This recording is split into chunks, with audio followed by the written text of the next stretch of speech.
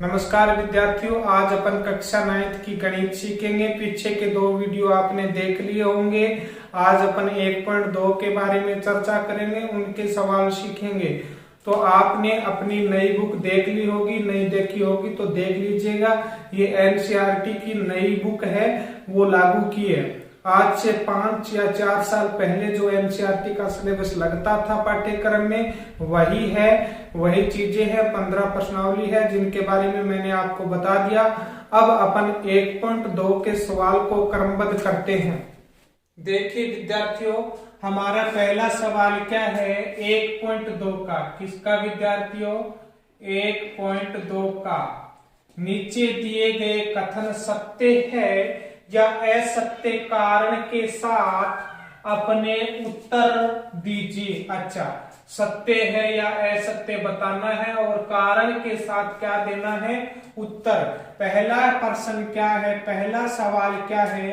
क्या प्रत्येक अपरिमेय संख्या, प्रत्येक सभी, क्या प्रत्येक अपरिमेय संख्या एक वास्तविक संख्या होती है क्या? इसने पूछा है प्रत्येक अपरिमेय संख्या एक वास्तविक संख्या होती है क्या? तो देखिए विद्यार्थियों, इसका हल अपरिमेय संख्या और वास्तविक संख्या को देखते हैं। अपरिमेय संख्या और परिमेय संख्या, ये सभी संख्याओं से मिलकर क्या बनता है? वास्तविक संख्या बनता है। वास्तविक संख्या बनती है। कौन सी संख्या? वास्तविक संख्या। अपरिमेय संख्याओं से क्या बनती है? वास्तविक संख्या।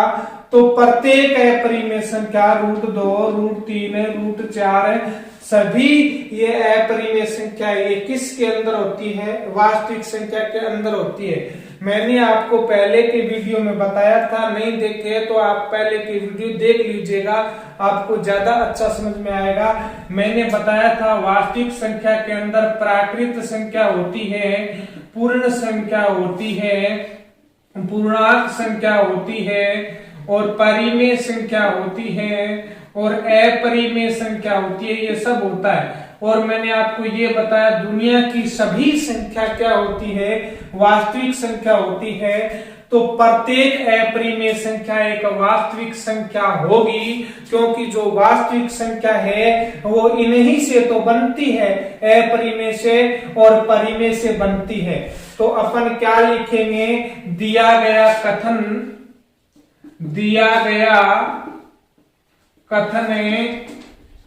सत्य है। दिया गया कथन सत्य है क्योंकि वास्तविक संख्या में अपरिमेय संख्या मिलती है। वास्तविक संख्या के अंदर है वो कौन सी संख्या होती है? अपरिमेय संख्या होती है। इसलिए अपन कह देंगे प्रत्येक अपरिमेय संख्या एक क्या होती है? वास्तविक संख्या होती है। अब अपन विद्यार्थियों देखते हैं दूसरा सवाल क्या है। देखिए, ये आपके समझ में आ गया होगा, नहीं आया हो तो कमेंट करके दोबारा पूछ लीजिएगा, दोबारा पुनः बता देंगे आपको। ये 2 नंबर क्या है? क्या संख्या रेखा का प्रत्येक बिंदु √m के रूप का होता है जहां m एक प्राकृत संख्या? ये क्या कह रहा है? संख्या रेखा लेनी। संख्या रेखा पर प्रत्येक बिंदु, अच्छा प्रत्येक बिंदु √m यानी कि अपरिमेय संख्या। कौन सी संख्या? अपरिमेय संख्या होती है क्या? इसने कहा है इस संख्या रेखा पर जो भी बिंदु आप लेते हो, जो भी बिंदु वो अपरिमेय होता है क्या? वो रूट के रूप में होता है क्या? ये पूछा है। और जहां बताया है m एक प्राकृत संख्या है, प्राकृत संख्या है। m क्या है विद्यार्थियों?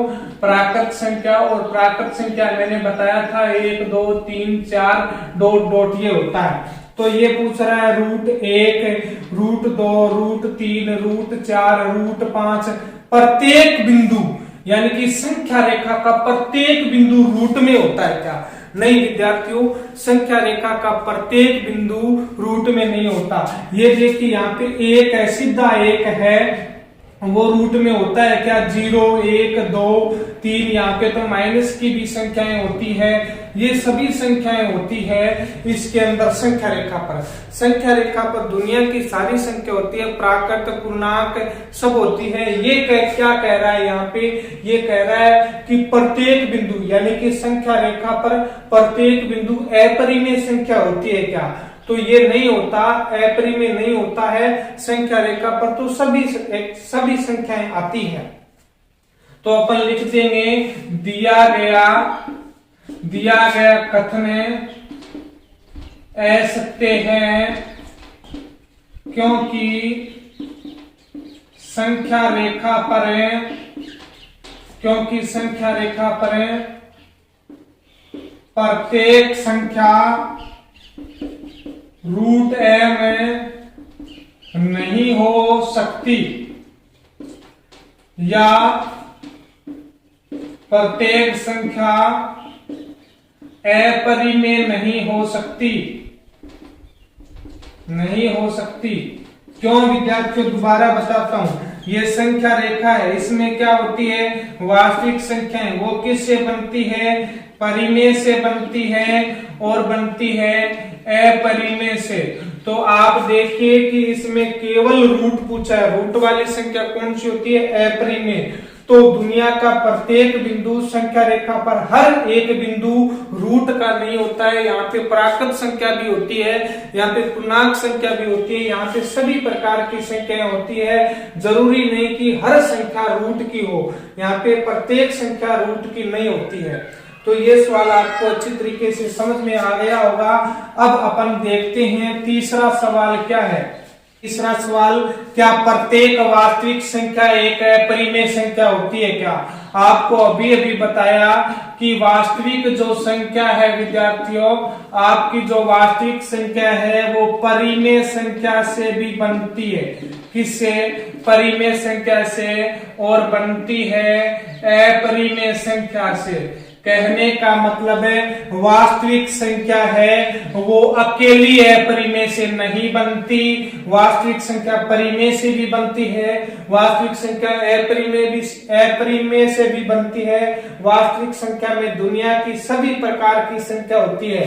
ये कहता है प्रत्येक वास्तविक संख्या एक अपरिमेय होती है क्या, नहीं। प्रत्येक वास्तविक संख्या पूर्णांक भी होती है, प्राकृत भी होती है, सभी प्रकार की होती है। प्रत्येक वास्तविक संख्या अपरिमेय नहीं हो सकती। अब देखिए ये वास्तविक संख्या है, ये वास्तविक संख्या अपरिमेय है क्या, ये वास्तविक संख्या अपरिमेय नहीं है। अब देखिए ये वास्तविक संख्या ही है एक प्रकार की, ये वास्तविक संख्या है ना। क्यों है ये वास्तविक संख्या, क्योंकि ये क्या है, रूट में है, ये रूट में है इसलिए क्या है, ये वास्तविक संख्या है। अब देखिए ये अपरिमेय है क्या, इस 4 का वर्गमूल निकलता है और 4 का वर्गमूल कितना आता है, 2 आता है। तो आप देखिए ये जो वास्तविक संख्या थी ये अपरिमेय नहीं रही, ये क्या हो गई, परिमेय हो गई। तो अपन क्या कह देंगे, दिया गया कथन असत्य है क्योंकि प्रत्येक वास्तविक संख्या अंडर द रूट में, प्रत्येक वास्तविक संख्या एक अपरिमेय संख्या नहीं होती। दिया गया कथन असत्य है क्योंकि प्रत्येक वास्तविक संख्या एक अपरिमेय संख्या नहीं होती। वास्तविक संख्या केवल अपरिमेय से नहीं बनती, वास्तविक संख्या परिमेय और अपरिमेय संख्या से बनती है। दूसरा सवाल क्या है, क्या सभी धनात्मक पूर्णांकों के वर्गमूल, सभी धनात्मक पूर्णांक लेने हैं, उनके वर्गमूल अपरिमेय होते हैं क्या। यदि नहीं तो एक ऐसी संख्या के वर्गमूल का उदाहरण दीजिए जो एक परिमेय संख्या है। हल, ये क्या कह रहा है कि दुनिया की कोई भी पूर्णांक संख्या हो, दुनिया की कोई भी क्या हो, पूर्णांक संख्या हो, उनके क्या करने हैं, वर्गमूल करने हैं, उनके क्या करने हैं, वर्गमूल करने हैं। और वर्गमूल करके देखना है कि ये अपरिमेय है क्या।